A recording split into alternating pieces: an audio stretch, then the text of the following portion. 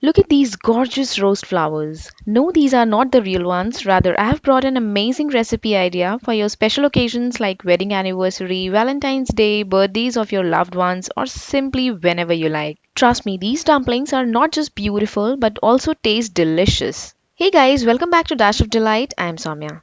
I've taken a beetroot. This is a medium-sized beetroot. I'm going to chop off its head and tail and then peel it with the help of a peeler. You can also do this step with the help of knife, but peeler is more convenient. And yay, that was just a single stroke. Anyways, now take a grater and grate the beetroot. Once it's done, add around half a glass of water to it and leave for a few minutes. Now take a strainer and start straining all the grated beetroot. We'll be needing this beautiful and vibrant beet water, so press it gently and squeeze out all the excess water from it like this. Now, please guys, do not discard this remaining beetroot. It has so many health benefits. You can make parathas out of them, use them in salads, make patties, do a beetroot fudge, lot many things. Now take 1.5 cups of refined flour or maida, add 2 tablespoons of oil and salt and then mix them thoroughly. Mix it for at least 2 minutes. Now simply knead the dough the way we need for making rotis, and once it comes together like this, just cover it with a lid or a plate and let it rest for around 15 minutes. Then after 15 minutes, open the lid and give couple of more punches to the dough, adding few drops of oil. Now tuck the dough inwards like so and keep it aside. Remember, when you press the dough with a finger, it should immediately bounce back like this. Alright, now take 2 tablespoons of oil in a pan or a kadai and cook some chopped garlic. Then add an onion and saute it till golden brown. Also add in some green chilies. Now add in finely chopped cabbage and carrots and mix everything together on medium to high heat.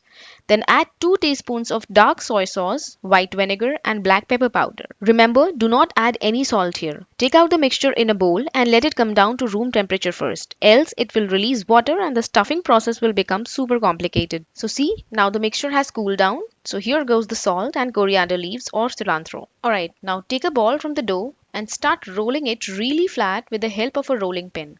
Roll it like a big tortilla or a roti. Then take a cookie cutter or any sharp-edged thing like a bowl or a glass and cut it into an even-sized circles like so. Now carefully pull out all the excess dough like this.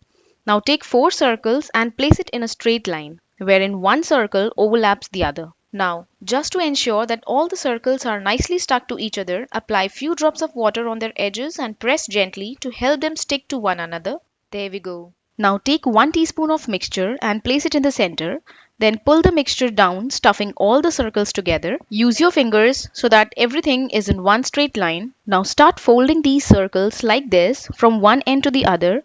You really need to be careful here, else you might end up messing up with the stuffing. Now comes the final and the fun part. Start rolling it from one end to the other. Be careful and keep an eye on the stuffing, ensuring nothing leaks out from anywhere. So use one hand to roll it out and the other one to push back the stuffing from any leakage. And that's it guys, here comes our super gorgeous rose dumplings. Slightly give the petals that final out curls, and guys, just take a look from all sides. How perfect and beautiful this has come out to be. Now I'm gonna steam it in my idli steamer. You can use whatever steamer you have. I personally prefer idli steamer as it has got good separate compartments. So here are my beautiful dumplings all set to go into the steamer for around 12 to 15 minutes. So that's all for today. Don't forget to subscribe to the channel. See you very soon in the next episode of Dash of Delight. This is me Soumya signing off. Take care. Bye bye.